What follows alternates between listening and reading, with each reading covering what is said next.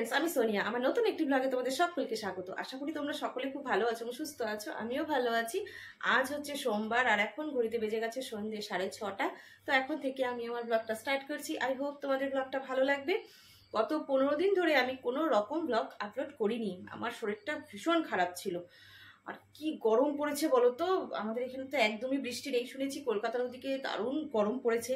দেখো ওদিকে তো গরম পড়ে, সেটা স্বাভাবিক, একটু হয়তো তাপমাত্রা হেরফের হতেই পারে, কিন্তু নর্থ বেঙ্গলে না খুব একটা যে হাই গরম পড়ে সেটা কিন্তু না।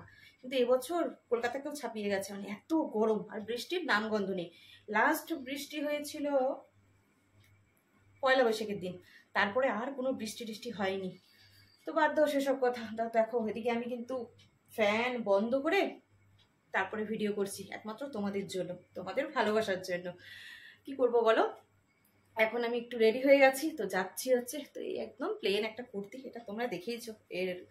এটা মনে হয় গত বছর পয়লা বৈশাখে নিয়েছিলাম আমি। তো এখন যাচ্ছি একটু বাজারে, কারণ সামনে একটা বিয়ে বাড়ি আছে, মানে আজকেই আছে, সেখানে আজকে রিসেপশন। আমাদের গ্রামে রিসেপশন কিভাবে হয় সেটাই তোমাদের সামনে তুলে ধরবো, একদম গ্রাম্য পদ্ধতিতে।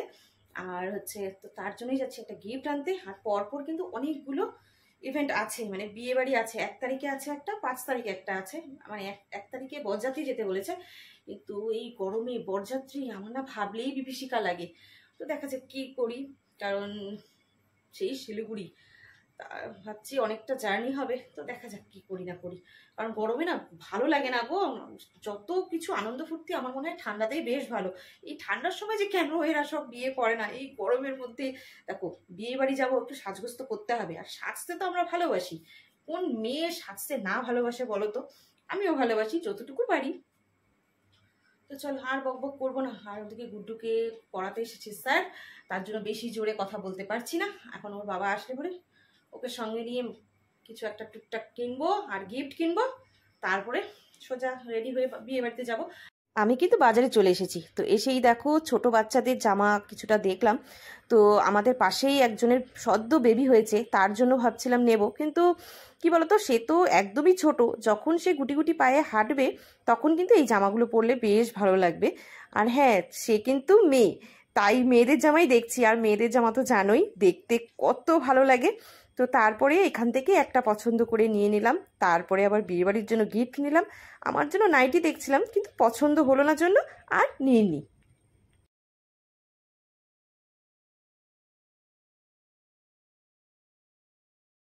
তো গিফট নিয়ে চলে আসলাম, গেলাম আর আসলাম, তাতেই দেখো ঘেমে টেমে এক।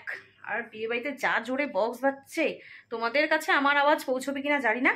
মানে এত, কি বলতো, আমাদের এখানে না এই একটা প্রথা আছে যে বিয়ে হোক বা যে কোনো অনুষ্ঠান হোক এই ডিজে বক্সটা বাজানো, আমার এটা একদম পছন্দ না। মানে এত হাই ভলিউম দেয় যে কার অসুবিধা হচ্ছে বা কার সুবিধা হচ্ছে সেটা আর দেখে না।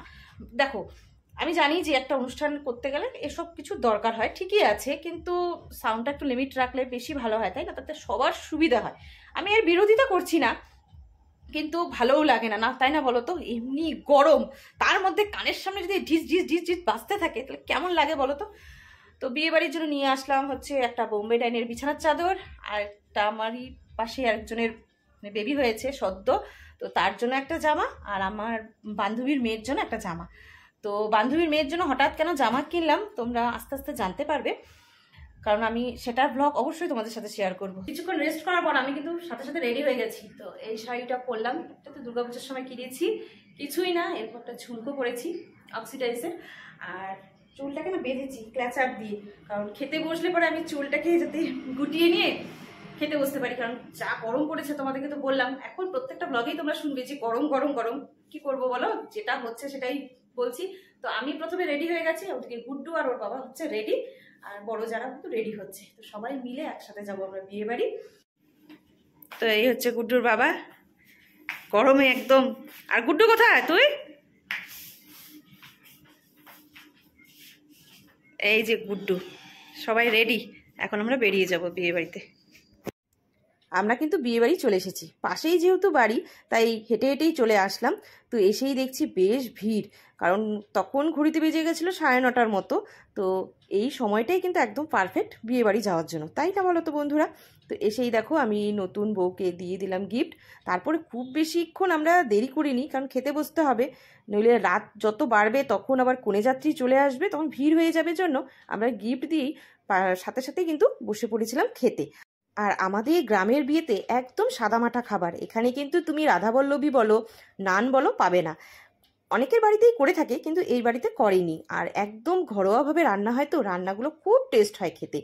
কি বলতো, এখানে না সরু চালের ভাত তোমাকে দেবে না, এখানে দেবে মোটা চালের ভাত, যেটা ওনাদের জমির ধানের চাল। আর এত ভালো লাগে খেতে, এই চাল কিন্তু আমরা পয়সা দিয়েও কিনে পাই না, জানো তো বন্ধুরা। গ্রামে থাকি ঠিকই, কিন্তু আমরাও সরু চালই খাই। আর কি বলতো, এখানে যেহেতু একদম ঘরোয়াভাবে রান্না হয় না, তুমি প্রত্যেকটা রান্না এত ভালো হয় খেতে, কি বলবো তোমাদের। আর যারা গ্রামে থাকো তারা জানো যে গ্রামের রান্না বান্না বলো আর যাই বলো না কেন, সব কিছুই কিন্তু খুব টেস্ট, মানে গ্রামের হাওয়াটাও কিন্তু খুব সুস্বাদু। তো যাই হোক, যা যা বিয়ে বাড়িতে খাওয়ায়, মাছ, মাংস, দই, মিষ্টি, চাটনি, পাঁপড়, এসবই খেয়েছি। শুধুমাত্র নান আর রাধাবল্লভী এখানে কিন্তু চলে না। তো খেতে খেতে অনেকটা লেট হয়ে গেছিলো, জানোই তো বিয়ে বাড়ির ভোজ খেতে বেশ অনেকটা সময় লাগে। তো খাওয়া দাওয়া শেষে ওই যে সেই বলেছিলাম তোমাদেরকে, ডিজে, সেখানেই চলছে দেদার নাচ। তো সেটাই কিছুক্ষণ দাঁড়িয়ে দাঁড়িয়ে দেখলাম। তো নাচ দেখে যখন চলে আসব, তখন গুড্ডু আর বর্ষা কিছুটা সময় ওই বিয়ে বাড়ির ভেতর কাটিয়ে আসলো, কারণ ওরা কিছুটা ফটো তুললো। তো চলো বন্ধুরা, আজকের ব্লগটা আমি এখানেই এন্ড করছি, দেখা হচ্ছে নেক্সট ব্লগে।